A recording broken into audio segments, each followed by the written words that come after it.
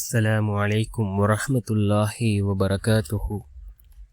الحمد لله الذي نحمده ونستعينه ونستغفره ونؤمن به ونتوكل عليه أما بعد. அன்பிற்குரிய அல்லாஹ்வின் நல்லடியார்களே, அன்பு சகோதரர்களே, நாம் தொடர்ச்சியாக பார்த்து வரக்கூடிய துஆக்களினுடைய திக்ருகளினுடைய தொகுப்பில் இன்று நாம் பார்க்க இருக்கின்ற விடயம் என்னவென்றால், நாம் துல்ஹஜ்ஜினுடைய மாதத்திலே இருந்து கொண்டிருக்கின்றோம். துல்ஹஜ்ஜினுடைய பிறை 9 அரஃபாவுடைய நாள்.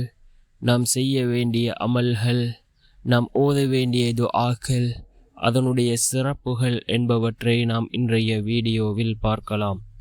அன்பார்ந்த சகோதரர்களே, அல்லாஹ்வின் நல்லடியார்களே, நாம் கண்ணியமான ஒரு மாதத்திலே இருந்து கொண்டிருக்கின்றோம்.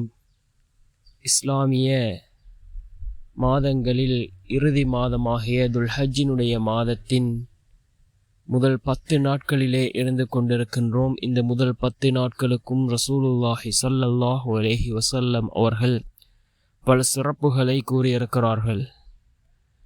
இந்த முதல் 10 நாட்களில் நாம் செய்யக்கூடிய அமல்கள் அல்லாஹுக்கு மிகவும் விருப்பத்திற்குரியதாக இருக்கின்றது. நாம் ஏனைய நாட்களில் செய்யக்கூடிய அமல்களை விட இந்த முதல் 10 நாட்கள், துல்ஹஜ்ஜாவினுடைய முதல் 10 நாட்களில் செய்யக்கூடிய அமல்கள் அல்லாஹுக்கு மிகவும் விருப்பத்திற்குரியதாக இருக்கின்றது. அதே போன்று இந்த நாட்களிலே நாம் அதிகமாக தஸ்பீஹ் செய்வோம். அதே போன்று திக்ர்கள், துஆக்களில் ஈடுபடுவோம்.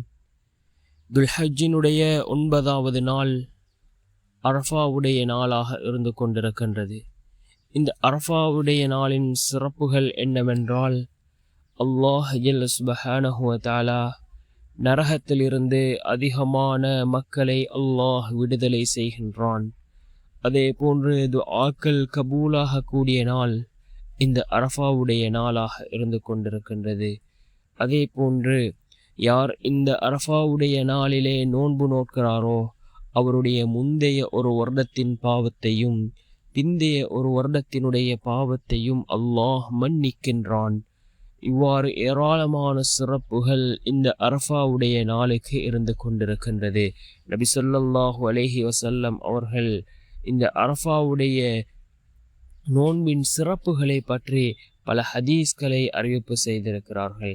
இந்த அரஃபாவுடைய நாளில் நாம் செய்ய வேண்டிய நல்லமல்கள் என்னவென்றால், அதிகமாக துஆ கேட்பது, துஆக்கள் கபூலாகும்.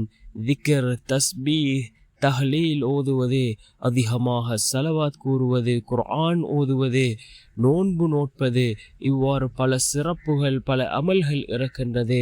நாம் அதிகமாக இந்த அரஃபாவுடைய நாளிலே இந்த துஆவை ஓதுவோம்.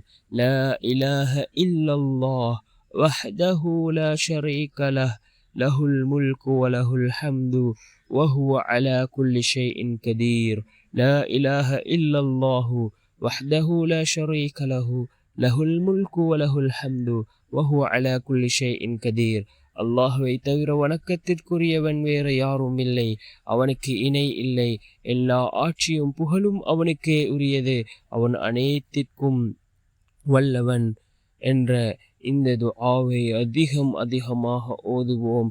நிச்சயமாக அல்லாஹ் ஜல்ல சுப்ஹானஹு வ தஆலா நம்முடைய எல்லா நிலைமைகளையும் அல்லாஹ் சீர்படுத்தி தருவான்.